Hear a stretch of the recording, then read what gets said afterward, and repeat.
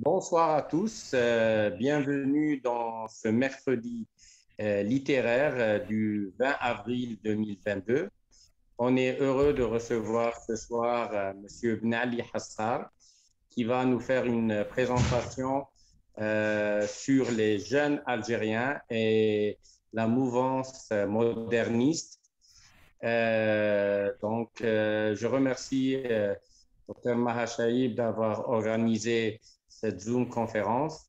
Je remercie tous les participants de leur présence et je donne la parole à M. Bnali Hassar. D'abord pour une présentation sur lui-même, sur son parcours et sur cette œuvre qui sera partagée et débattue ce soir. Donc, merci et bienvenue, M. Bnali Hassar, dans cette Zoom conférence d'aujourd'hui. Merci de l'invitation. Le sujet que je vais aborder avec vous s'intitule Les jeunes Algériens et la mouvance moderniste. À ce sujet, j'ai consacré déjà 2 livres qui ont paru en France il y a quelques années. Le premier, j'ai intitulé Les jeunes Algériens et la mouvance moderniste au début du XXe siècle, les frères Larbi et Ben Al-Fkhar.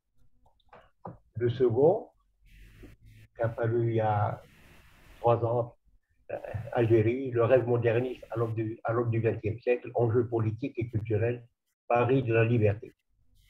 Voilà. Hassan Bnali est journaliste. Il a été un moment responsable du service d'antiquité des monuments historiques de Saint-Saëns, tout à fait au début des années 70, pendant 5 ans, période au cours de laquelle j'ai moi-même dirigé beaucoup de projets, entre autres celui des fouilles à Agadir avec Khalifa Abdelrahmani et Saïd Hamani, des fouilles à Siga à l'époque, des fouilles qui ont abouti à une grande exposition qui s'est tenue à Bonn, qu'on a intitulée à l'époque Cavalier Roi Numide. Donc ma carrière a débuté en tant qu'attaché de recherche des services d'antiquité des monuments historiques. Voilà. Ensuite, j'ai viré vers la presse en tant que journaliste. J'ai occupé le poste de rédacteur en chef de l'APS, rédacteur en chef régional de l'APS pour l'Oranie. Ça a duré presque 20 ans. Et depuis 2000, je suis à la retraite. Et je me consacre aux travaux de publication, à des travaux de recherche et de publication. Donc, le thème que j'ai choisi pour vous, les jeunes Algériens, est un thème presque nouveau, très peu débattu. Voilà. Je vais commencer d'abord par vous faire un petit résumé, si vous voulez, une petite introduction sur le sujet. Alors, couvert du voile de l'oubli, l'épisode sous-estimé des jeunes Algériens éclaire d'une lumière neuve le passé de l'Algérie au début du XXe siècle. Il nous explique comment l'élite nouvelle algérienne a coexisté dans son statut dans le milieu de la société coloniale. Il nous permet de mieux comprendre du front créé envers les colons par le sursaut d'éveil des jeunes Algériens, intellectuels à conviction moderniste ou réformiste sur de nombreux sujets de société et qui ont certes marqué le point de départ de la liste politique en Algérie. Cette phase jeune, incarnant le nouveau visage de la liste politique en Algérie au début du XXe siècle, est un sujet plein d'intérêt, mais peu connu, resté comme couvert d'un voile manquant de sérieuses ébauches, mettant en lumière les premiers pas engagés par la nouvelle élite dans la liste politique. Nous avons choisi, dans le cadre de cette étude, de retracer l'itinéraire des frères Larbi et Ben Al-Fkhar, 2 fortes personnalités politiques et modernistes, tlemceniennes, motivées à l'avant-garde, fortement impliquées dans l'élan plus connu au nom de Chebiba, porté par le sentiment de la patrie, prenant l'initiative du dire politique. Cette phase historique de militantisme politique née, certes, pas sans intérêt à l'étude en Algérie et à Tlemcen particulièrement, une ville qui, à travers son élite et ses nadis, ont joué un rôle très important.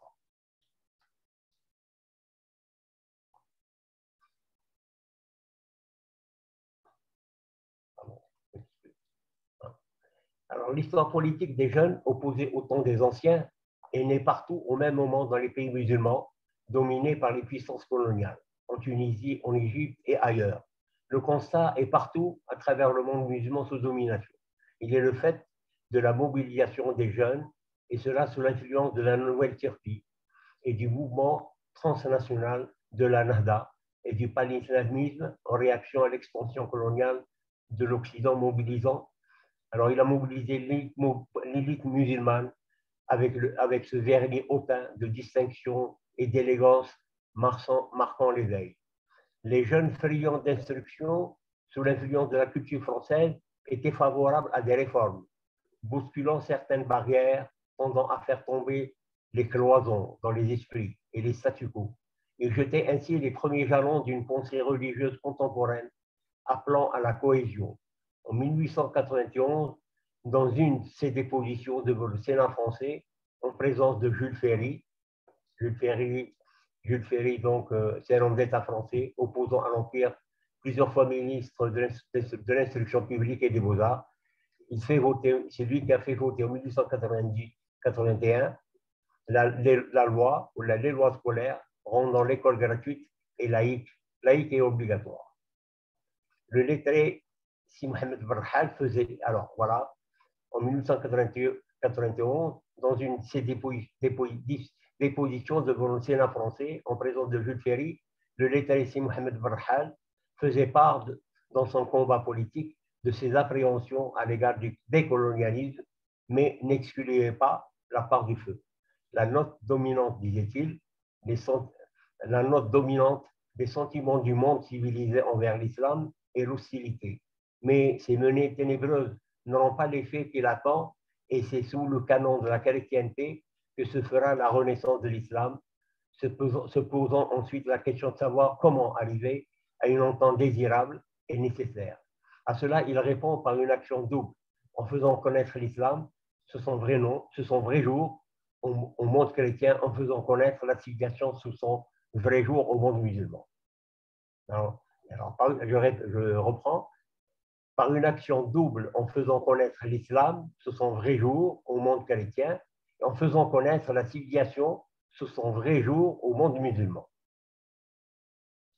Alors, dans un contexte de lutte contre la colonisation, les deux courants, Nahda et jeunes modernistes, sont représentés par deux catégories d'acteurs différents. Le premier s'inscrivant dans une dynamique contextuelle de réhabilitation, le second dans une logique politique et intellectuelle visant à opérer des changements dans la société, pensant aussi intégrer les acquis socio-intellectuels de la modernité occidentale.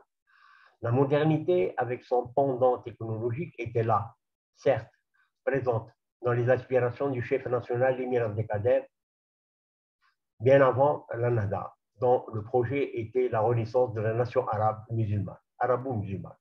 La trajectoire du héros national et chef militaire, poète, écrivain, philosophe et sophie est là, outre le fait d'avoir, durant son exil au Levant, sauvé des chrétiens syriens et des pogroms de 1860 qui le rendirent célèbre, mais aussi en raison du soutien et de l'encouragement qu'il apporta à Bertrand de Lesseps, promoteur du projet du canal de Suez, le plus ambitieux projet de son temps. Le chapitre des jeunes est éclaircissant du rôle joué par l'élite, comptant sur les bouts des doigts au sein des vieilles cités algériennes. Elle démontra ses aptitudes à faire face aux défis de la Renaissance nationale.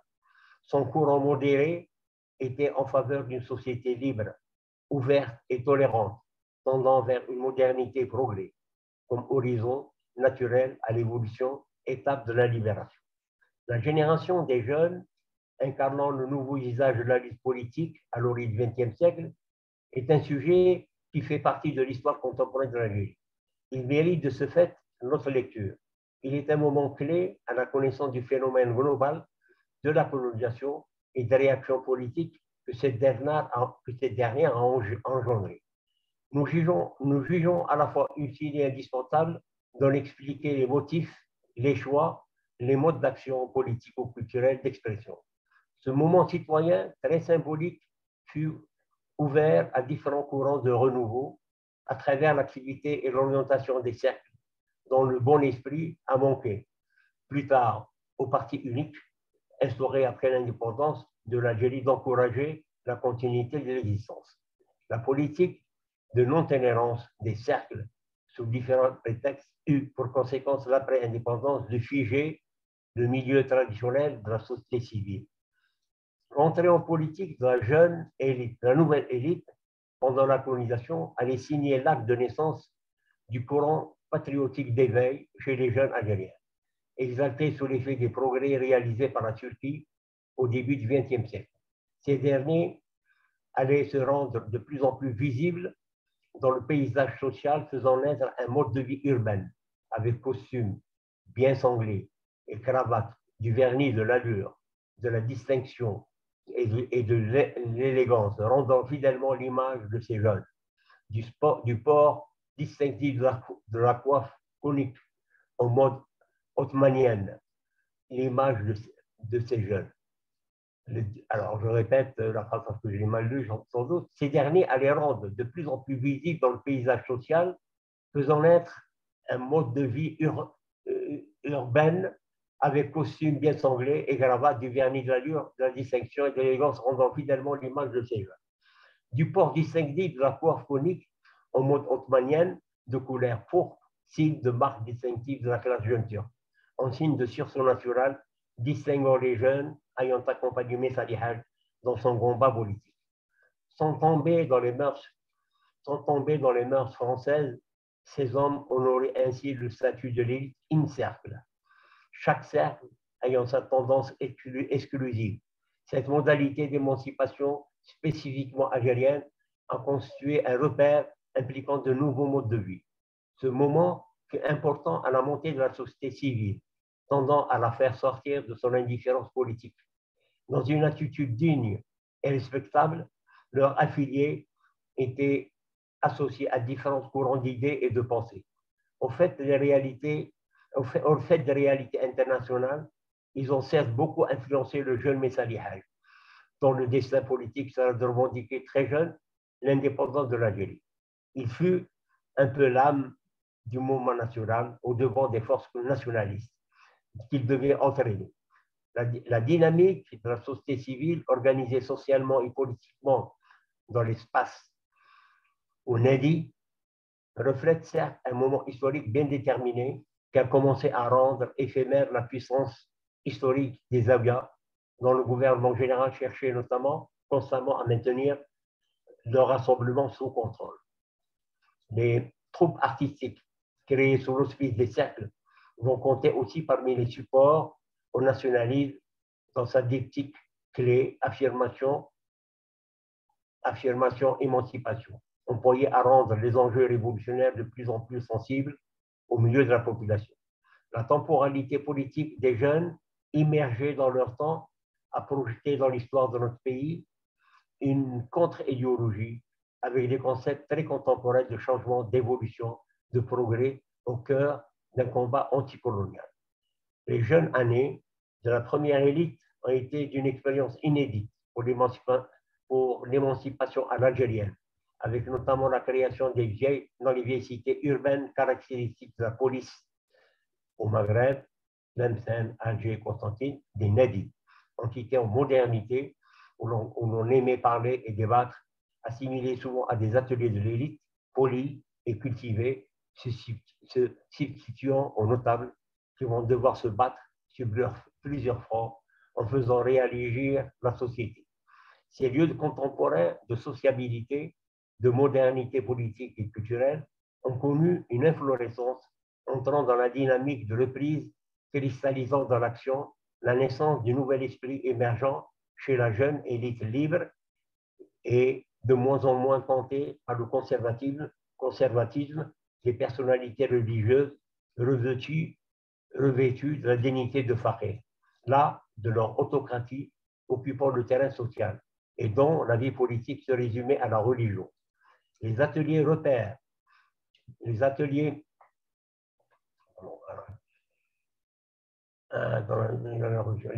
repères des jeunes se substituant aux notables d'hier ont développé des réseaux sociaux très efficaces entraient dans la quête collective du pays.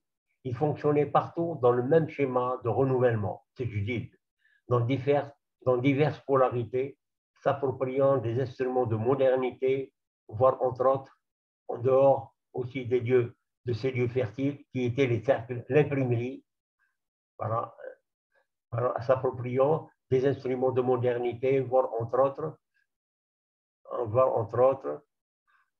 l'imprimerie, les journaux, l'art. La présence coloniale a d'un côté renforcé les convictions du peuple, le contraignant ainsi à se transformer sans complexe d'infériorité. Mais alors, que sait-on de la politique inaugurée par la jeune élite, cherchant l'accès à la parole politique? Et cela en dehors du discours de l'occupant visant à maintenir la colonisation. Très peu de choses. Elle fut paradoxalement minimisée, jusqu'à la rendre nulle dans l'histoire du pays. Les cercles onédits, ces îlots pionniers d'éveil et de mutation, allaient créer un nouvel environnement qui fut à l'aube d'un vaste mouvement de libération de la parole au XXe siècle, favorisant une des étapes historiques ayant marqué la naissance du nationalisme et du combat des jeunes pour le progrès sur les pas du monde moderne. À l'indépendance, ils ont fait face à une épuration car jugés bourgeois par l'administration du parti unique.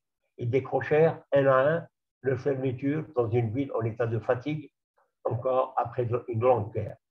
À la faveur de ces lieux, un environnement participatif a pu être, malgré le joug de la colonisation, une étape peu connue et que le devoir de mémoire impose à connaître l'expérience aujourd'hui dans la marche du pays vers le progrès et l'indépendance. Sa strate historique mérite, à notre avis, une place dans rester encore à ce jour sous-évaluée par les historiens.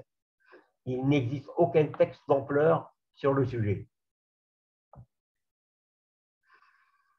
Voilà. Il est par contre suffisamment étudié ailleurs, en Égypte et en Tunisie.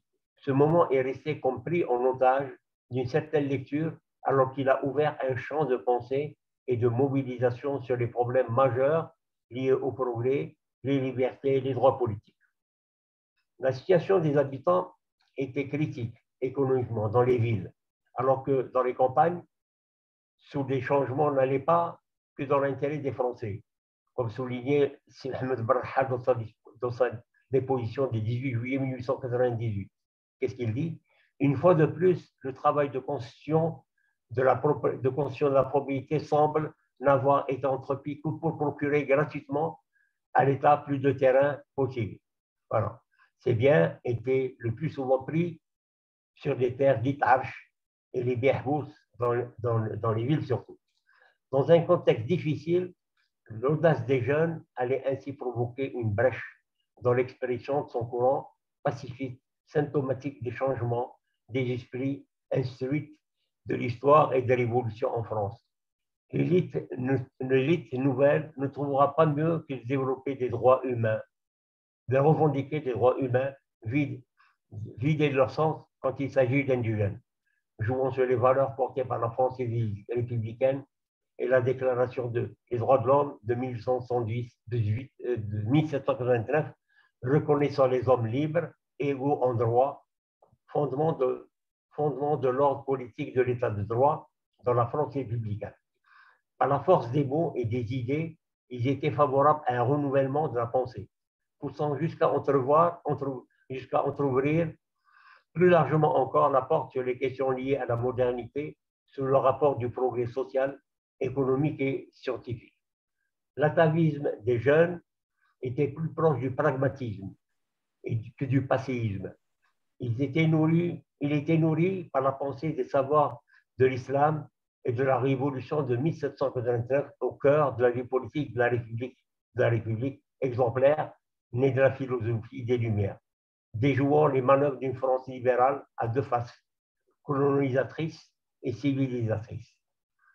La politique coloniale était la face cachée de ce qu'était réellement la France des philosophes, des maîtres de la raison, référence universelle pour penser le droit, la justice, l'égalité, la liberté. Après le déficit derrière le héros national, l'émir Abdelkader, et les chefs des insurrections ayant pris la tête des insurrections populaires avec leurs faits d'armes, les jeunes de la nouvelle élite ont fait le choix de transformations sociales et politiques nécessaires, et cela en vue de faire entrer le pays dans une nouvelle phase qui fut suivie ensuite par la transition armée. Leur politique pragmatique tendait vers des aspirations basées sur l'école, la création de nouveaux espaces participatifs, intellectuels, politiques et culturels, de la parole, connectés au monde des jeunes à travers le monde musulman et à l'université. Ils aspiraient à la dignité, revendiquant les droits, la liberté, la justice, porteurs de l'héritage des valeurs musulmanes et occidentales, de plus en plus engagés. Ils étaient partout dans leur pays sous domination tributaire d'une même quête face à la tenace et pernicieuse réalité colonialiste.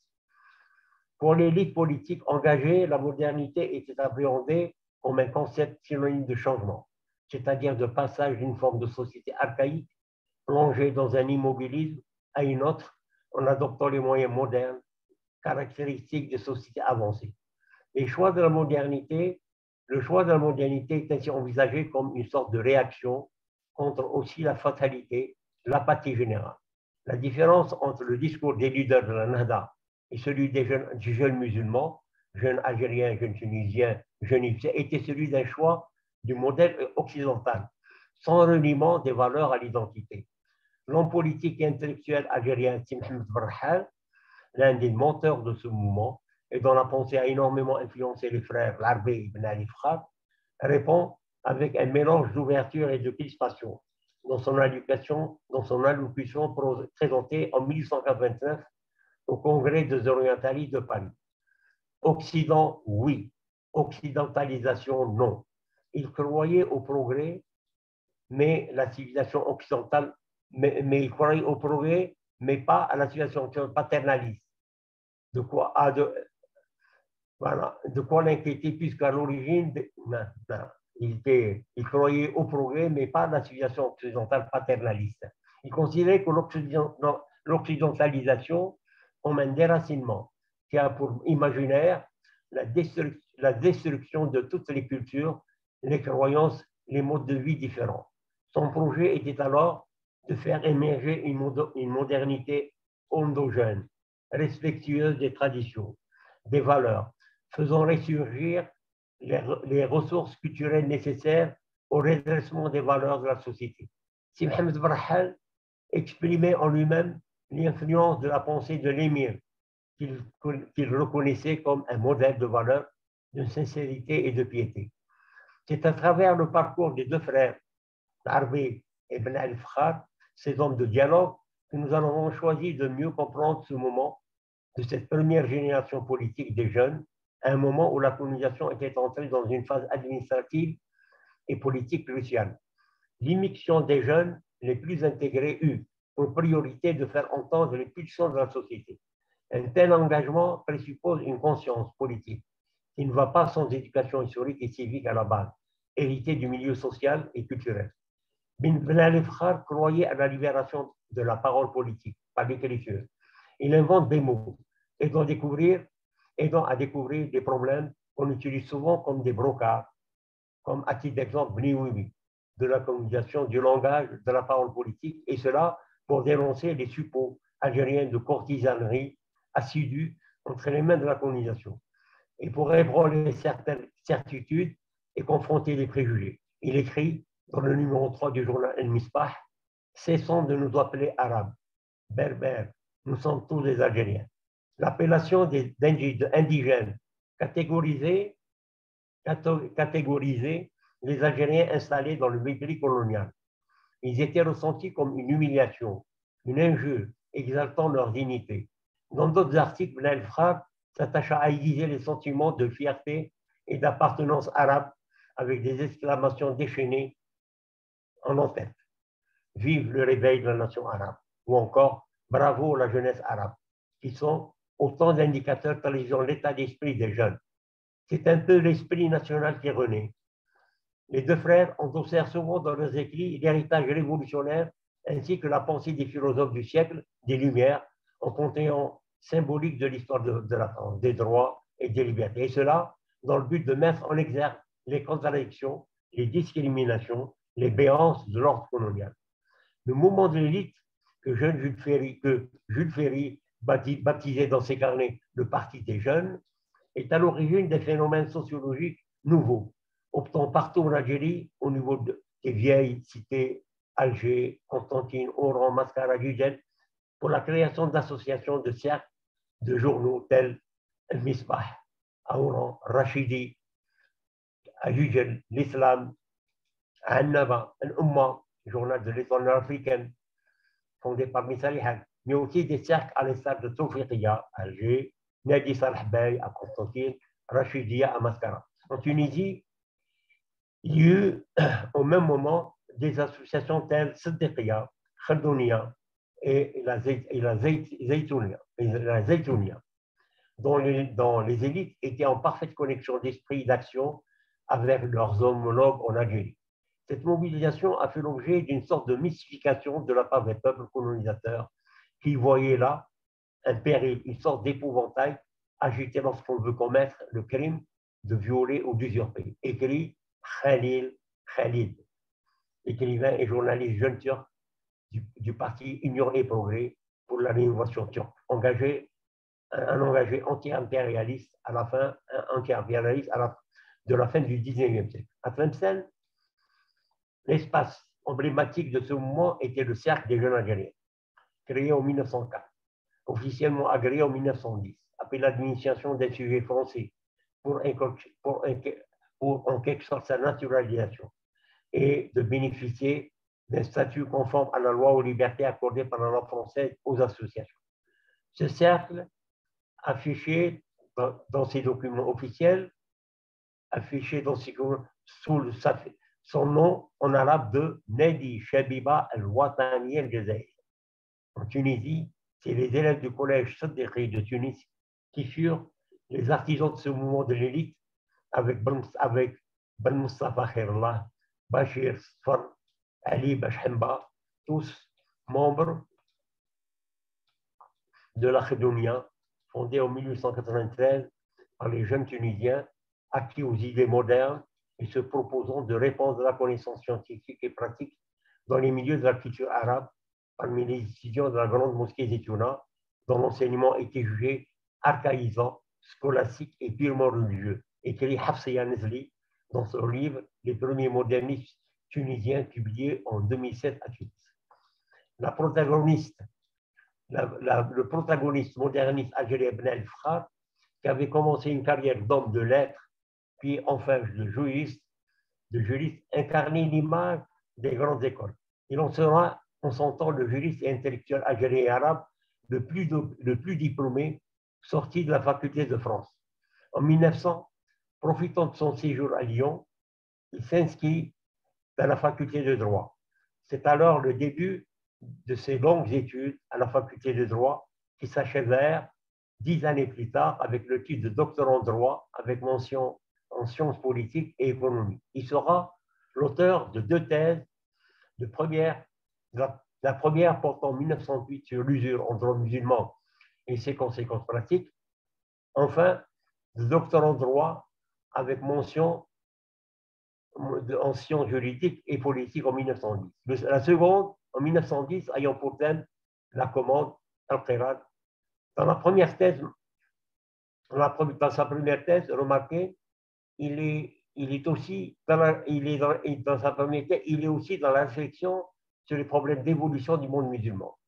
En tant qu'homme politique, sa pensée était particulièrement influencée par le courant libéral représenté par la bourgeoisie hostile à un radicalisme assimilationniste de la capitale Rhône-Alpes, où il vécut près de 20 ans en tant que professeur de langue arabe, étudiant et avocat et journaliste. Ben El Fakhar n'a jamais caché sa forte fascination pour la bourgeoisie lyonnaise, à l'origine de son intérêt pour la Révolution française. Sa conduite fut également marquée par des rencontres décisives avec des hommes politiques d'influence qu'il côtoya sur la scène à Lyon, parmi eux les hommes politiques Édouard Hénard, Auguste Isaac, Édouard Herriot, maire de Lyon, qui lui apportèrent un soutien indépendant. En France, il était en lien très proche avec des artistes et hommes de lettres, parmi lesquels citons Pierre Loti, le romancier français Pierre Loti, Étienne Dienet, le peintre, Gabriel Deneux, etc.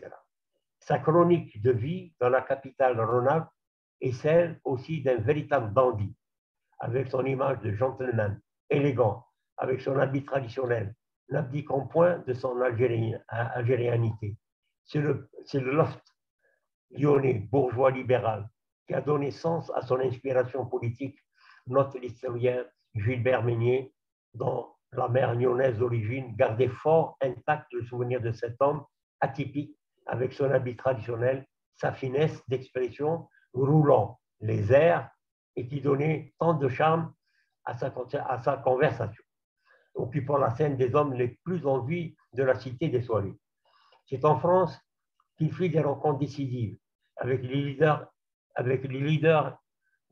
des étudiants musulmans, ces Albert égaux, actifs en filiation politique et intellectuelle en France.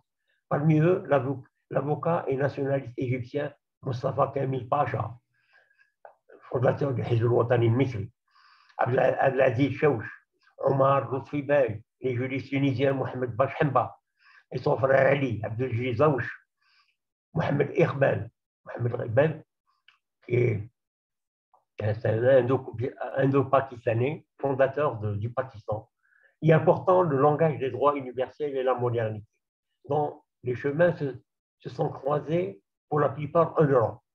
C'est durant leur exil qu'ils eurent à exprimer leur conscience du retard en prenant parti des thèses universelles prônant la modernité. Les modernistes musulmans avaient foi au renouveau par l'ijtihad, appréhendé comme outil d'intellectuels majeurs de réforme, à la fois théologique et logique, pour l'évolution. Le jeune musulman penseur et poète du Pendjab, Mohamed Iqbal, accordait à l'ijtihad un rôle important. Il s'est attaché à une pensée libre. L'ijtihad est communément défini comme l'effort accompli pour comprendre et adapter les principes de la révélation aux différents contextes. Réagissant à la crise qu'il traverse, le discours islamique de Ben al-Fakhar était attaché à la reconstruction du front de la raison, de la connaissance et de la critique contre toute résignation fataliste à l'ordre des choses, considérant l'interprétation de la loi musulmane comme indispensable à la vie de la religion.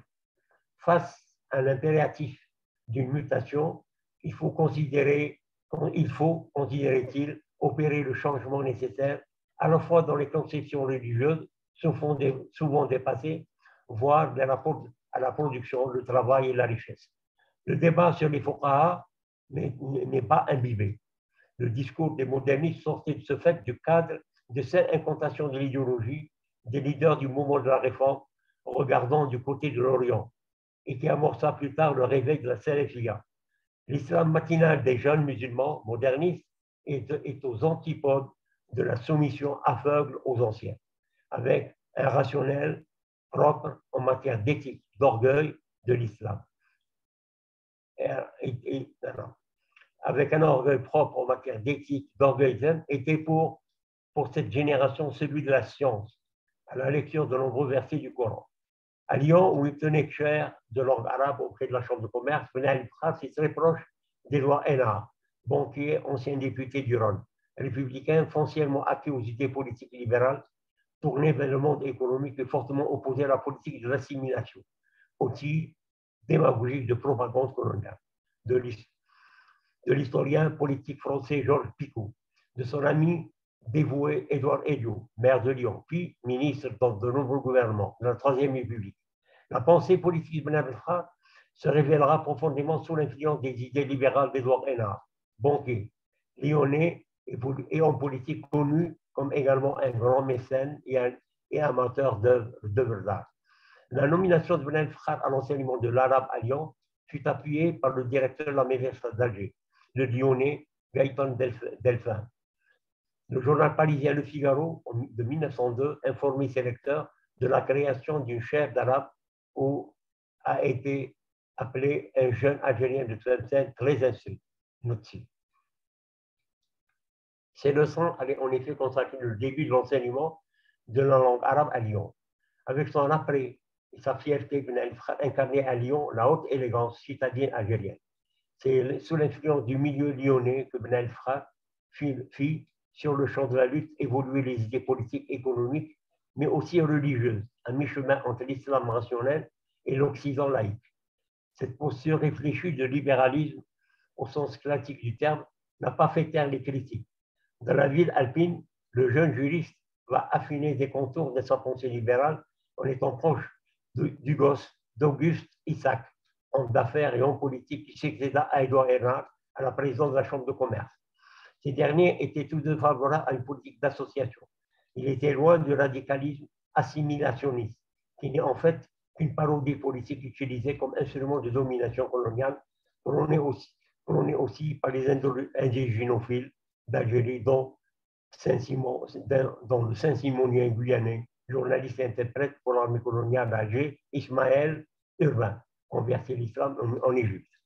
Dans ce slogan, parmi les plus efficaces, s'en servait le contre-pouvoir du lobby colon immigrants européens, maîtres du pays, combattant ses richesses, arrivés sans ressources et pauvres, devenus aussi régisseurs de grands domaines, manifestant le désir de pousser de plus en plus loin leurs avantages. Se vous voyant dans des mots, les slogans de la colonisation avec son lot d'injustice avaient fait pousser le pays dans une autre époque, rendant au contraire l'Algérien totalement inassimilable. À l'extension qu'allait prendre la politique coloniale des sens et des mots, Ben Ali Frère opposa une argumentation rhétorique mettant à nu leur ambivalence, défendant l'idée que les Algériens ne pouvaient s'y soumettre car cachant la réalité d'un statut inférieur qui les maintenait dans leur régime. C'est là un aspect marquant des spécificités de la lutte menée par cette juriste et une politique de la première génération de l'élite à l'offensive des idées d'un combat moderne. Dans la cité lyonnaise existait un esprit libéral spécifiquement lyonnais, notait Colette Léquin dans son étude entre colonisation libérale et contrôle colonial, des débuts de l'enseignement de la langue arabe à Lyon. Elle écrit: on comprend donc qu'Édouard Hénard ne s'offusque pas des revendications politiques qu'exprime bientôt sans phare le professeur d'arabe qui l'emploie. On y lit ailleurs: les employeurs de Ben Ali Frère ne voient donc aucun inconvénient à ce qu'il participe au courant jeune algérien, et plus précisément à son courant réformiste musulman.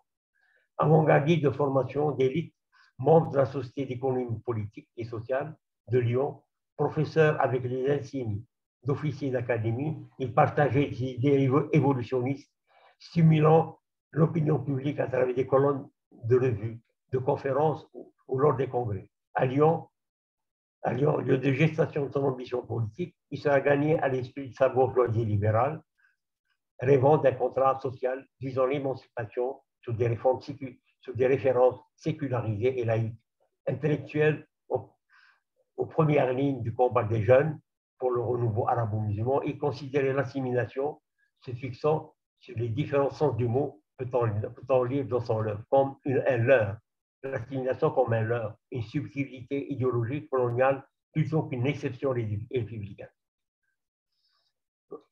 Voilà, je ne sais pas si je continue peut-être parce que il me reste encore 2 pages à lire, ça va. Ok, on termine les 2 pages, oui. Je termine. Et après, on ouvre le débat. D'accord. À différents niveaux de lecture prônés par les colons, on peut y relever en substance l'ambiguïté des signifiants émancipation, assimilation, à plusieurs déclinaisons à déconstruire, utilisées envers le sujet indigène présenté comme des êtres désincarnés, privés de leur dignité humaine, soit un peuple comme sans identité, rendu étranger dans son propre pays. Le pari des jeunes algériens s'est heurté souvent à des vues chicanantes sur les faux sens et les définitions surfaites par les hommes politiques tels Ismaël Hamed ou Thomas Urbain, entre autres, voire la mention assimilationniste qui leur était collée dans le but politique de les faire sortir de leur clan. L'histoire est restée engluée à ce jour dans ses mythes, ses rigidités, ses interviews. Dans ce contexte historique, il est important de donner aux mots plus de clarté, soit une concordante connotation. Jusque-là, parsemé de stéréotypes. Les jeunes étaient porteurs d'un regard détérioré sur la France coloniale, même si ouverts à sa culture. Ils se sont battus pour faire avancer leurs idées, prônant un libéralisme politique et culturel et l'égalité des droits. L'élite n'avait pas le même rapport avec la notion d'assimilation, voire par là ses articulations sémantiques. L'étiquette assimilationniste à la mode républicaine n'était qu'un outil de propagande coloniale. Il a nui beaucoup à beaucoup de personnages pris au fier Gémeaux, semant le doute, ayant entraîné des a priori et des culpabilités restées très coriaces, chargées de préjugés, et dont il est à ce jour encore utile de faire le nettoyage. Merci, voilà. Merci pour je termine Merci ma pour conférence. cette présentation. Voilà, Ali Hassa. Donc, c'est vraiment une description du début du XXe siècle, donc début des années 1900, et comment la nouvelle génération, cette jeunesse algérienne, s'est adaptée pour essayer de s'émanciper et être dans l'élite et essayer d'impacter, c'est-à-dire à son niveau, la vérité quotidienne. Voilà. Donc, j'invite les participants à participer au débat et donc essayer de... S'il y a des questions à poser, bien sûr. Voilà. S'il y a des questions à poser ou bien un débat à ouvrir, donc le débat ouvert et surtout pour essayer de comprendre cette période, comment elle a été vécue et comment il y a eu ces individualités qui ont pu émerger, aller vers l'excellence dans un climat de médiocrité, ce qui n'était pas évident puisque c'était subi. Ce n'était pas une médiocrité par choix, mais par réalité contemporaine. Donc, Maha va gérer le débat. Donc, je donne la parole à... Merci, M. Ben Ali, pour cette présentation. Le débat est ouvert, les micros sont actifs. On commence par l'intervention de Saïda. Question. Pardon, oui. Saïda Bousmaha. J'arrive pas. C'est bon. Merci beaucoup pour cette clairvoyance sur une trajectoire de vie historique pendant le début. Pardon. Oui, pardon. Oui. Oui. Donc, mais pourquoi cette évolution, elle a été étouffée et elle est morte à l'œuf carrément. Elle n'a pas évolué malgré l'indépendance de l'Algérie. Parce que c'était bien beau de voir toute cette émergence pendant la colonisation et s'est éteinte finalement après l'indépendance. Le costume n'était plus le même, la coiffe a été abandonnée et l'émancipation a pris un autre chemin, celle de l'assimilation finalement. Oui, l'assimilation, une autre politique qui n'était pas celle poursuivie par les jeunes Algériens, effectivement. Il y a eu beaucoup de changements, c'est vrai. Il y a eu la fermeture des cercles. Les cercles inédits qui existaient, par exemple, si je prends le cas de Tlemcen, il y avait au moins 3 siècles qui existaient, Nadi Saada, Nadi Raja, Nadi Islami, le siècle des jeunes Algériens. Tous ces nadis ont été fermés sous prétexte de la politique du parti unique. Il fallait à tout prix soumettre le pays au régime du parti unique. Voilà, automatiquement, c'est ça. Nous avons perdu donc tout un passé, nous avons perdu toute une vie, tradition, savoir-vivre sur le plan politique, un savoir-faire sur le plan politique, sur le plan culturel, parce que les associations à l'époque n'étaient pas seulement vouées à la politique, ils étaient orientés surtout dans le domaine culturel. C'était des lieux de mobilisation, c'était des lieux de savoir, c'était des lieux où on apprenait beaucoup de choses. Et c'était des lieux également où on pratiquait l'art. Donc, ces associations, c'est le cas, c'est le problème de la société civile qui n'a pas pu, la bonne société civile qui n'a pas pu émerger depuis l'indépendance pratiquement. Et c'est un peu malheureux. Voilà. J'incite un petit peu ce passé patient quand même, c'est grâce aux associations, aux jeunes de l'élite de l'époque qu'il y a eu émergence politique.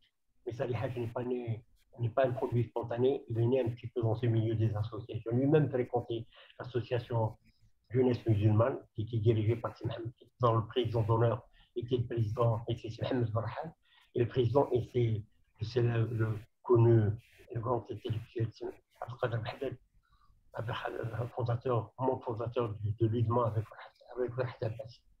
Voilà ce qu'on peut dire un petit peu sur, malheureusement, voilà. Mais ce qui s'est passé en Algérie, c'est-à-dire qu'il y a un dénominateur commun entre tous les pays arabo-musulmans. Ce qui s'est passé en Algérie s'est déroulé en Égypte, en Syrie, en Tunisie, au Maroc. Effectivement, oui. Effectivement. Oui, quand même, c'est pas quelque chose comme ça, aléatoire. Il y a eu quelque chose qui a fait chuter. Absolument, qui a fait quelque chose, qui a fait que ce mouvement des jeunes a été carrément annihilé. Je vois par exemple, j'ai parlé à Bain, j'ai cité le cas de Kem Safa Temi Pacha, qui était fondateur du Hizb al-Watani, mais il était également à la tête d'un journal qui s'appelait Liwa, un journal légendaire. Il y avait également les jeunes en Tunisie, surtout en Tunisie avec Béchir Soir, avec les frères, j'ai oublié leur nom, qui avait créé une association, Mawar Khaldounia, à l'époque, qui bougeait aussi le plan politique, qui a été à l'origine de beaucoup de réunions, de contacts, de conférences, de conférences et de livres, comme il publié sur le Maghreb, par exemple, qui est Béchir Soir, par exemple, qui a un livre sur le Maghreb, qui a lui-même organisé une conférence qui se tenait à Genève sur la construction du Maghreb. À l'époque, on faisait bouger beaucoup d'idées sur le plan politique, sur le plan culturel. Voilà. On aurait souhaité que ces associations, que cette tradition des cercles qui existait, réémerge parce que c'est une manière aussi de placer les gens, chacun par son infinité, dans des cercles de réflexion, d'action. Voilà.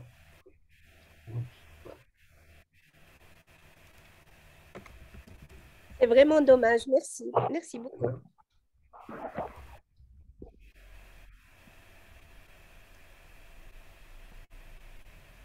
Il y a d'autres questions, non?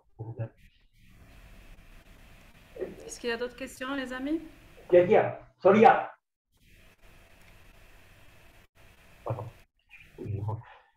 Monsieur Benali, vous pouvez prendre 2 minutes et revenir. Prendre un verre d'eau parce que j'ai un. Oui. Non, vas-y, allez, on vous attend.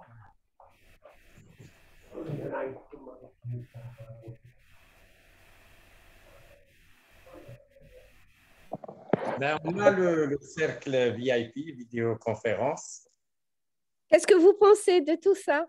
Est-ce qu'il ne faut pas penser à faire revivre ce genre de cercle? On est en train de le vivre. C'est un cercle.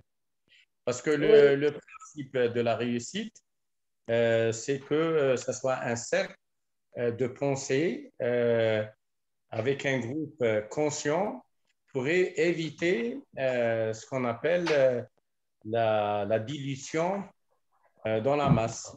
C'est ça ce qui est, c'est-à-dire faire évoluer une cristallisation. Parce que sinon, il y aura le nivellement vers le bas. C'est ce qu'on appelle le principe de Peter. C'est que moins tu produis, moins tu participes, plus tu avances.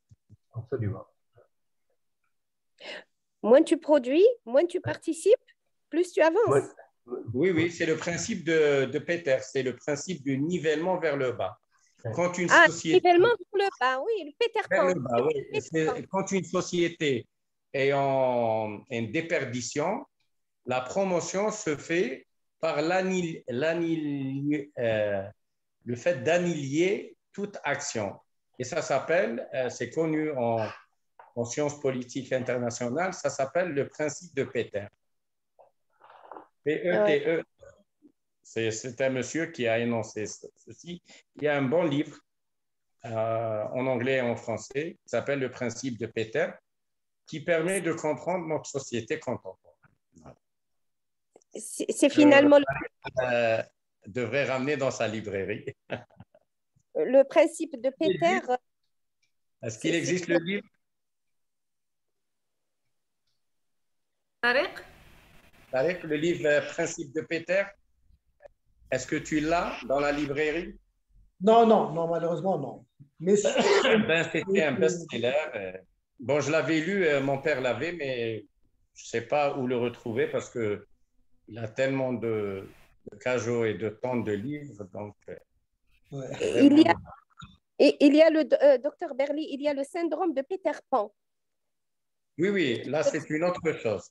Infantilisé. Ça veut dire c'est infantilisé. Oui. Non, là c'est plus que infantilisé, c'est annihilé. D'accord. C'est carrément avancer vers le néant. Avancer là. Le trou noir. Donc, finalement, la culture, c'est tout. Pardon? La culture, c'est tout.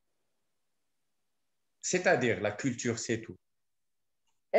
Quand il y a des cercles où il y a la culture, où il y a des débats philosophiques, religieux concernant les... Ça permet d'avancer. Et de ne pas tomber dans ce principe de Peter qui peut être un principe de société ou bien un principe de gouvernance. C'est ça le problème. Voilà. Oui.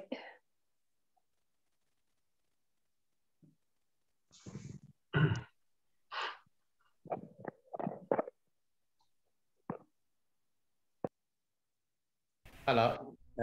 Principe de Peter, Hanifa a partagé, c'est arriver et par son niveau d'incompétence. Donc, plus on est incompétent, plus on est sollicité. C'est s'élever à son niveau d'incompétence. Oui. Donc, c'est la même chose, c'est le syndrome de Peter Pan. Oui,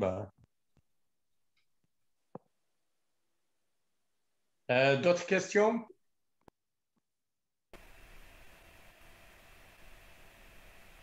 Hanifa, Nabil, Tariq.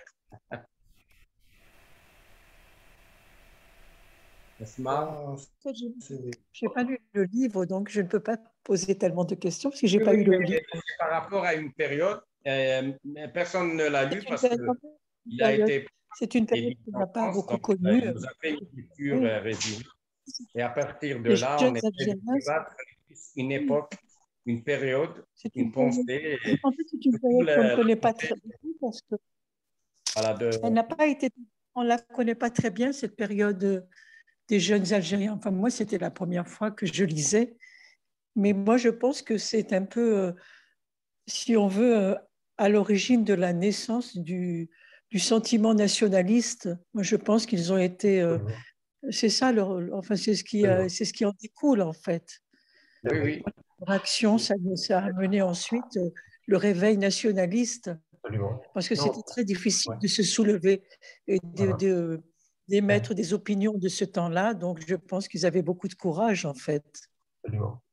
Moi, pour Ali, Sibna Sakhat faisait partie un petit peu du groupe.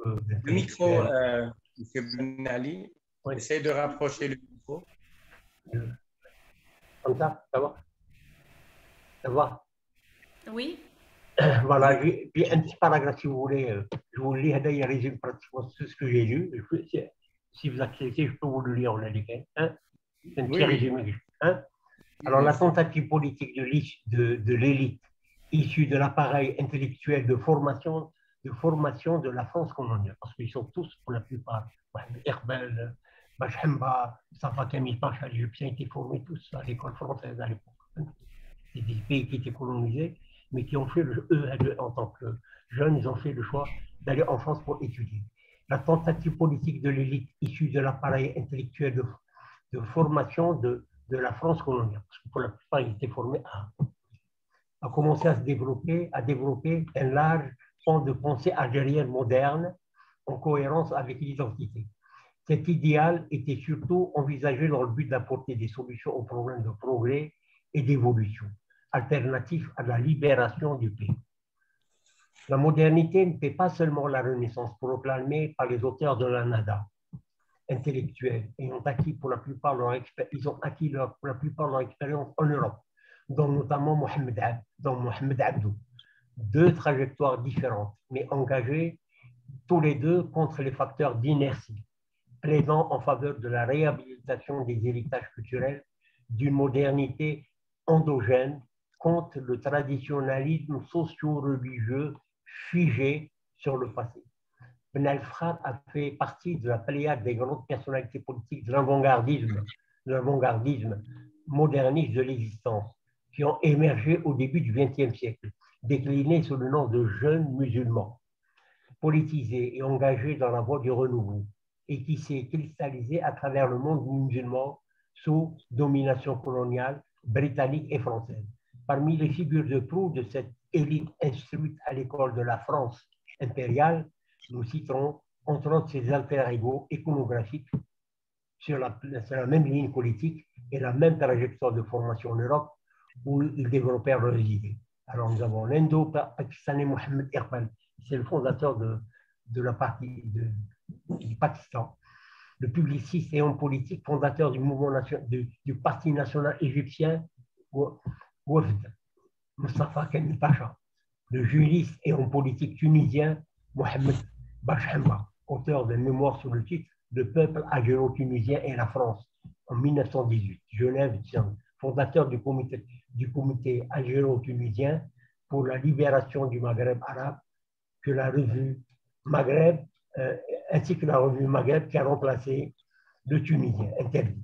C'est dans la pensée et la culture de l'Occident que ces derniers pensaient ainsi amorcer ce réveil, puisant leurs arguments sur l'acquis de l'histoire dès l'évolution à travers le monde.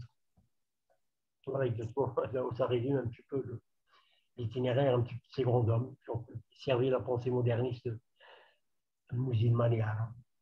Je viens de citer. Donc, si Messali Haj est né un petit peu, il est un petit peu produit de. D'ailleurs, Messali Haj, dans ses mémoires, il dit une fois, les mémoires d'ailleurs, voilà, je voyais ces gens-là dandiner sur la place publique. Je voyais faire des 100 pas sur la place publique avec des journaux sous le bras, des livres également sous le bras couché, mais ils n'ont pas osé. C'est-à-dire qu'ils n'ont pas osé aller jusqu'à demander l'indépendance. Lui, il l'a fait. J'ai osé. Vous-même, ils n'ont pas osé. Alors, je vois un petit peu parmi ces personnalités sur la place publique, je vois Sibn al-Fra, je voyais d'autres personnalités, Mohamed Barhan à l'époque, en 1926. Kouchi qui faisait les 100 pas régulièrement sur la place du Kouchi, mais eux-mêmes étaient en position d'avant-garde, puisqu'ils réfléchissaient sur. Ils ont posé des problèmes d'identité, de savoir-faire en matière de développement, en matière de progrès, en matière de progrès politique. Voilà. Aussi, Ben al-Khali est considéré comme étant le premier à avoir ouvert la porte du dire politique. Voilà. C'est-à-dire, après la lutte menée par l'hiver des Kader, qui a duré plus de 15 années. Donc, il y a eu un statu quo et il a fallu l'émergence de cette élite formée à l'école française pour que Sibn al-Fra a commencé. Il a été à la tête de Gilbert Meunier et Robert Lajon. L'article que Sibn al-Fra a publié dans une revue, la revue du monde musulman, pourquoi les Algériens protestent-ils? Non, il a écrit un article sur la rénovation de l'islam. Il a posé les problèmes politiques en matière de développement, de progrès, de situation. On considère cet article-là, publié dans la revue du monde musulman en 1909, comme étant le premier à avoir ouvert la porte du dire politique. C'est-à-dire qu'on a cessé de faire la guerre à la France par les armes, on a ouvert cette fois-ci la porte du dire politique pour faire des revendications de droits et de liberté. Et Sibn al-Fra a été considéré comme étant le premier à avoir ouvert cette porte du dire, à l'article de Gilbert Meunier et Robert Lajon, qui ont travaillé énormément sur la pensée de Sibn al-Fra. Voilà. Je sais pas, avec le dernier chapitre que vous avez lu, il résume un petit peu l'article que je viens de vous lire sur les jeunes Algériens, à mon avis. Très bien. Si je pouvais poser une question, oui.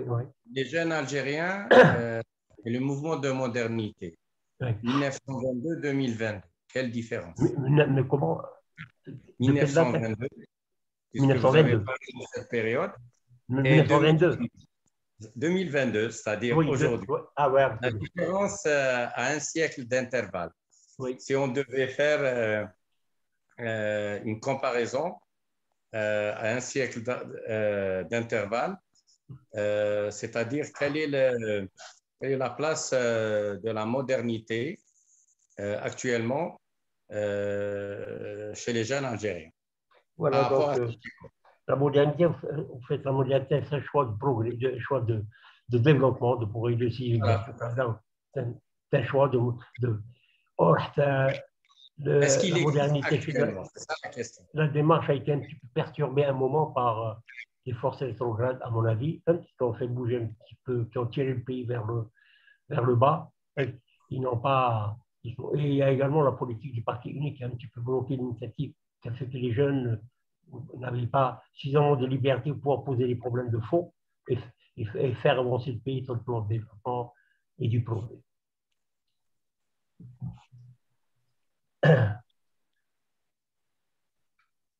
Mais est-ce que c'est une question de liberté de poser les questions, ou bien est-ce que ce n'est pas plutôt une question de priorité contemporaine, c'est-à-dire, ou de prise de conscience plutôt, vis-à-vis de... Parce que parfois, il peut y avoir une liberté et l'ignorance peut être un choix.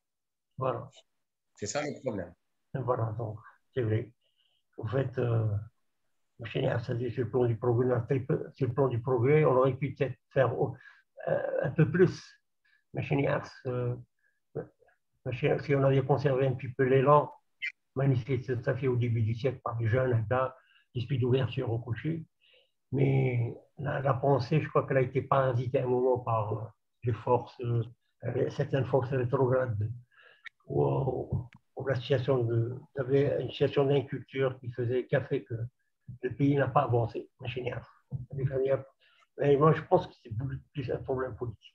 Ça fait que le pays a été tiré par le bas au lieu d'avancer vers des choix de progrès, de développement. Moi, personnellement, je pense que quand on fait trop de nivellement par le bas, à un moment, même s'il y a une liberté, même s'il y a une ouverture politique, disons, le fond de la modernité disparaît de lui-même parce que la graine de la modernité a été à la base un petit peu, disons, elle n'a pas été mise en terre, arrosée, pour permettre aux grains de germiner. Absolument, je suis entièrement d'accord avec vous. C'est véritablement une culture, un savoir-faire, un travail d'imagination et de prospective. On n'a pas fonctionné de la sorte. Ça fait au début. On a plus fondé un petit peu notre développement sur des atavismes et le pays a été tiré par le bas.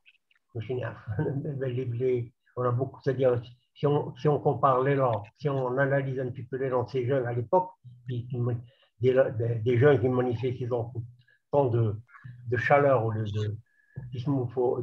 pour avancer, et la situation dans laquelle le pays est aujourd'hui, il y avait un problème de choix qui a été mal fait, ça fait aussi.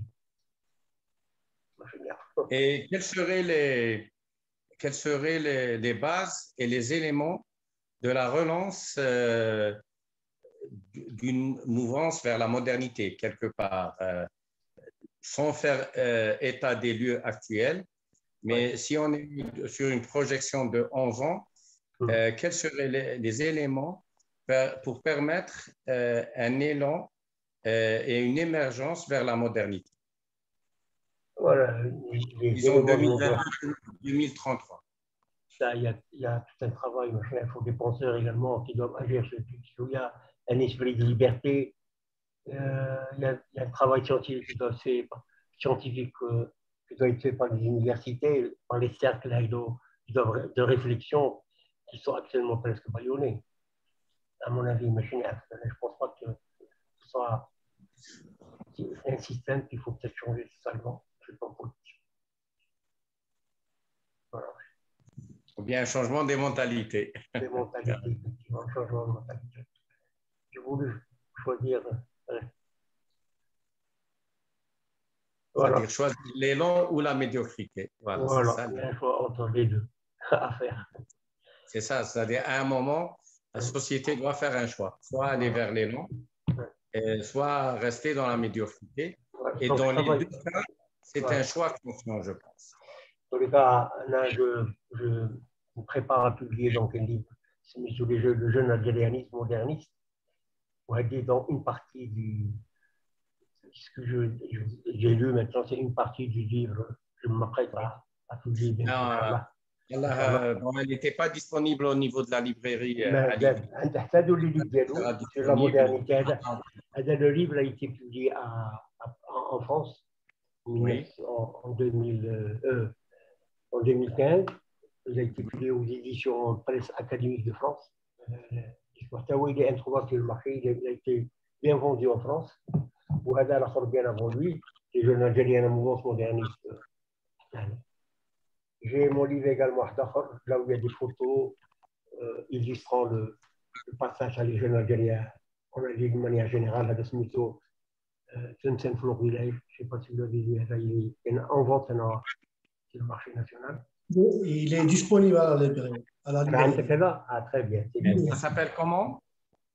Tlemcen Flor Village. Tlemcen Florilège.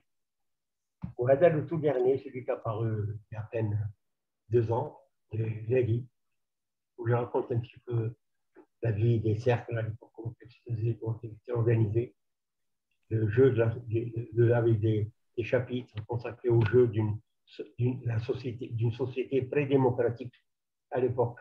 Déjà, le début de la lutte politique intellectuelle, voilà, les jeunes Algériens, Tunisiens et Égyptiens ont une cause commune, l'effervescence de jeunes Algérie, l'éclosion de la première génération de l'élite du dire politique, l'influence de la jeune Turquie. Voilà. Et au Barakallahu fikum, je crois, non? Merci beaucoup. C'était très enrichissant et ça nous permet également une prise de conscience qui est importante parce que, bon, disons quelque part, la vie des peuples et la civilisation, c'est des cycles. Et quelque part, il y a plusieurs citations, même des hadiths du prophète, que tous les siècles, il y a une émergence et on espère que... Espérons qu'il y ait une émergence. Pour la petite anecdote, M. Ali, je vous avais posé une question, j'étais avec mon père et je pense que c'était une conférence au site syndicat du tourisme et vous étiez journaliste à l'APS et donc comme on était à la veille de l'an 2000, je vous ai posé la question à l'époque comment vous voyez le 21e siècle. Vous m'avez dit que ça sera un siècle de l'espérance, que vous espérez que ce soit le siècle de la justice, de l'éveil et de la science. Donc, on espère que ce vœu se réalise. Donc, ça, c'est pour la petite anecdote et ça date de 1999 parce que ma question, c'était quel était le sur le 21e. Je crois qu'en ce moment-là, j'étais président du site. Voilà, tout à fait. Parce que j'avais assisté à votre je suis régulièrement au syndicat d'initiative organique. Mounir Bouchnafis, Abdelhamid Hadjiyat. Voilà, je suis un petit peu le produit de ces gens-là parce que finalement, j'ai fréquenté Mahmoud Bouayat qui était mon ami intime. J'ai fréquenté Boubk Belkhaïd que j'ai connu jusqu'à la fin de sa vie. À la fin de sa vie, la veille de la mort d'Yagou, j'étais en contact avec lui. Donc, j'ai toujours été un petit peu dans l'action pour ce qui est un peu de développement du pays, de progrès au Kouchi. C'est-à-dire, ce qui m'a animé dans le fond. Et j'espère, Inch'Allah, souhaitons pour le pays un développement, un progrès attendu au Kouchi. Et je suis dans l'espoir. Je suis dans l'espoir d'un prochain. Bien sûr, l'espoir fait vivre et voilà, Inch'Allah, permet de rebondir. Monsieur Hassar, s'il vous plaît. Monsieur Hassar, s'il vous plaît. Oui, Est-ce que pensez-vous de Malik Ben Nabi et de ses idées sur la civilisation musulmane et l'issue sortie pour un peuple comme le nôtre? En fait, je n'ai pas beaucoup lu Malik Ben Nabi, mais je sais que finalement, il a subi l'influence de beaucoup de gens. Il y avait une personnalité marquante justement à Constantine à l'époque, c'est la personnalité d'Abdelkader Mijaoui, qui était un moment précepteur de même de Mbadis à l'époque où Newton-San كان marqué. Il donne son avis un petit peu sur cette personnalité marquante que c'est Abdelkader Mijaoui. Abdelkader Mijaoui a vécu beaucoup plus à Constantine et à Alger. Il est né à Tlemcen, son père était un grand savant. Il est parti s'installer au Maroc au début de la fin du 19e siècle. Il s'est installé à Tanger en tant que cadi. Puis il a été professeur à la Kharawin, après où il est mort d'ailleurs, où il a formé maintenant la pléiade de savants modernistes, ou les savants réformistes plutôt, marocains, comme Laloué. Il y avait 5 ou 6 personnes très connues à l'époque qui étaient à la tête du mouvement de la réforme. وهذا Abdelkader Mijaoui, qui est parti s'installer, c'est son fils, le fils d'Abdelkader Mijaoui, qui est parti s'installer également à Constantine. Il a formé également la pléiade des savants réformistes, Menhom Boucharji, les autres, j'ai oublié leur nom, qui était en émergence à Constantine, mais également à Habib de Madis. On oublie quelque chose également, c'est que Madis a obtenu l'Israël, c'est-à-dire il est venu voir Khadi Chouaïb à l'époque, un grand Khadi 1950, Khadi Chouaïb qui est mort en 1929, un grand savant qui a laissé beaucoup d'ouvrages, qui est mort en 1929, et il est venu à Tlemcen. D'ailleurs, il y a même une poésie qui lui est dédiée par Khadi Chouaïb à Ben Badis, qui a été publiée dans un livre sur le mouvement de la réforme, publié par, je ne sais qui, donc Tlemcen à l'époque bougeait. Il y avait quand même un moment, il y avait Mohamed Bouaroug, il y avait ces plans religieux également qui agissaient, ces plans qui étaient en opposition avec la colonisation. Nous avons également Abou Bakr Abdeslam, le fils de Khadi Chouaïb, qui a laissé des ouvrages, j'étais professeur à la Médiasa. Nous avons d'autres personnalités qui m'ont, par exemple, dernièrement, j'ai travaillé sur un sujet, un article qui doit paraître instamment, sur une personnalité marquante sur Simpson qu'on appelle Moulay Hassan Baghdadi.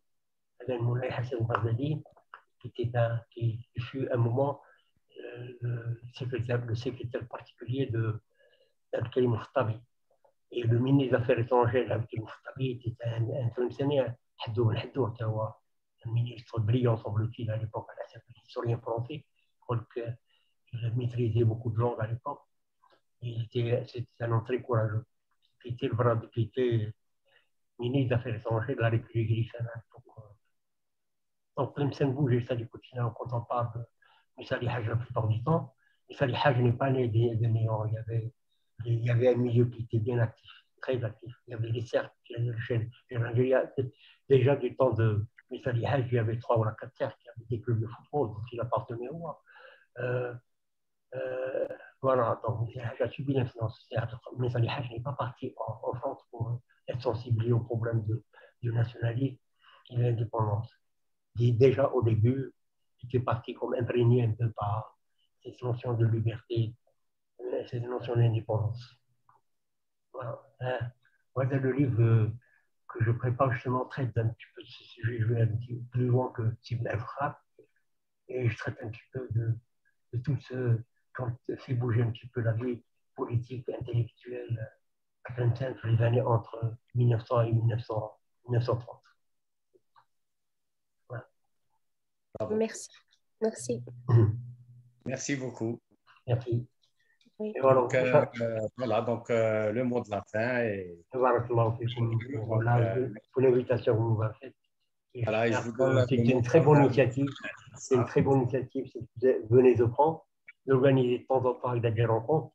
Et Tlemcen a besoin, justement, de ces rencontres-là pour s'enrichir, pour évoluer, pour progresser. Tlemcen actuellement est en train de souffrir un petit peu la mort, si je peux dire, c'est pas intellectuel, à défaut d'associations véritables qui œuvrent dans ce plan de la pensée, de la réflexion continue.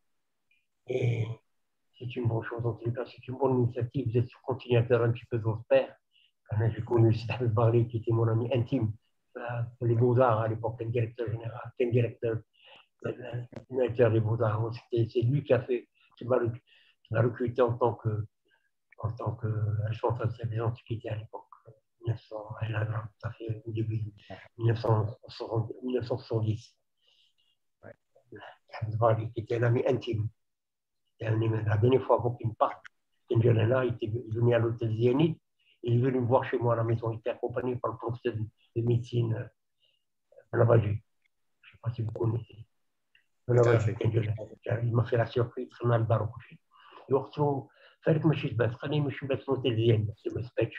ماشي جبات خليني mon père n'a jamais possédé une maison. Nous étions en location à l'époque. Mais un grand monsieur. Je ne sais pas si vous l'avez connu. Donc, je suis un petit peu de cette génération. Au fait, à l'écriture, celui qui m'a poussé, c'était Mahmoud Bouaïeb. Mahmoud Bouaïeb, quand on voit la visite nationale, il voyait que on a accueilli son épouse samedi. Oui. Il a vu que beaucoup de gens écrivaient sur leur ville, sur la musique. Pourquoi tu ne fais pas autant? Porte la musique, je suis un peu loin. Alors, il faut faire l'effort. Alors, j'ai fait l'effort. Et mon premier livre, ça a été sur la musique. C'était les grands maîtres de la musique arabe. Un livre assez gros. Et d'ailleurs, il est préfacé par lui. Ensuite, mon second livre, c'était Alice sur Kessbessi. C'est une interview très longue qu'il m'a consacrée, où je parle un petit peu de sa pièce de théâtre. Il a été invité à Tlemcen pour écrire le texte support, la Sans Lumière, qui n'a jamais vu le jour. Il a écrit son texte, mais le texte est le technicien et Sans Lumière, Robert Houdin, un Français spécialiste mondial des Sans Lumière, qui a écrit le texte dans sa fiche. Il a vu que le texte était plus poétique qu'autre chose. C'est-à-dire qu'il ne pouvait pas accrocher lumière. Il faut beaucoup de descriptions, ce que Kessbessi n'a pas fait. Voilà. Pour placer les lumières, parler de chevaucher, de cris de femmes en détresse, tout ça. Là, il n'a pas fait pour autant. Ce qui fait que le texte Diallo a été rejeté. Il en a fait une pièce de théâtre qu'il a fait exécuter à Tlemcen. Il est parti avec le texte Trabenidia, le texte ou l'interview que j'ai faite qui n'a jamais été, qui ne pouvait pas paraître parce qu'il était censuré. Finalement, Trabenidia que j'ai publié, ma femme, j'ai oublié d'acheter, qui vit actuellement à Grenoble, j'ai pris contact avec elle pour lui demander, moi, on publie, alors on s'est mis d'accord et on a publié ça aux éditions Les Femmes, chez François Giraud, qui était ministre de la Culture, qui était en même temps propriétaire de cette maison d'édition à Paris. Et on a publié, mon second livre, c'était Parce que c'est une femme, un livre c'est une interview plus la pièce de théâtre. Et là, j'ai continué, j'ai repris ma plus grosse terre, pourquoi ne pas écrire ce Ibn al-Farab, dont on m'a tellement parlé. J'ai fait un travail de recherche et abouti donc aux travaux que j'ai fait à aussi une partie de la mémoire de Tlemcen qu'il fallait à tout prix sauver, parce qu'on ne veut pas continuer, parce que finalement, la mémoire s'est effilochée totalement, ou les gens qui étaient porteurs un peu de l'histoire de la ville de Tlemcen, donc l'histoire contemporaine, même pour la plupart. Après quelques archives, j'ai travaillé un petit peu de mémoire en faisant la recherche, et j'ai obtenu un petit peu le travail que j'ai fait aujourd'hui. C'est bon. Je vous remercie. Pour les cas, je m'excuse d'avoir dit ce mot. Inch'Allah, comme je n'ai pas l'habitude de parler à la question, c'était un peu gênant, mais Inch'Allah, et on fera à deux les cafés littéraires, il faut les multiplier. À mon avis, il faut continuer à faire ce que vous faites actuellement, c'est très bon. Il faut continuer un petit peu de l'œuvre également de ton père, c'est comme l'histoire. C'est partout, c'est le terrain. Maintenant, on n'était pas tout à fait d'accord sur beaucoup de choses, mais on a quand même, on était en lutte tous ensemble. Une fois. وسعيد الحناني la musée de Bonn, de Dipon, et Niger régulièrement. Il est donné après, c'était à Alger à ce moment-là, chaque fois qu'il faisait une visite à Tlemcen, il s'arrêtait donc avec moi, j'ai mis tout maintenant, et j'étais un passionné d'histoire, et j'avais une connaissance profonde de l'histoire de Tlemcen. Très grand. C'est un homme dont je garde des souvenirs ardents, un homme avec plein de vie. Ce qui manque le plus aujourd'hui à la ville. Voilà, je m'excuse, M. Barley. Merci. Je ne sais pas si c'était intéressant, peut-être que la conférence ou le texte que je lui ai dit, il est intéressant, on a appris des choses là-bas. Oui, bien sûr. C'est une page de l'histoire qu'on ne connaissait même pas. On ne connaît pas absolument. Nous, on a découvert et c'est très important de cette prise de conscience. Merci. Merci. Alors, à très bientôt, Inch'Allah. Inch'Allah, il y a comme livre essayer de programmer à l'avenir quelque chose, mais un livre qu'on lira avant, comme ça, on pourra débattre. Inch'Allah, oui, effectivement. D'accord. Un café littéraire comme ça. Et à très bientôt, Inch'Allah. Merci. Merci de votre invitation. Et à très bientôt. Ah, Monsieur Ali Lerana à côté, je le vois très bien. Je venais un petit peu en retard.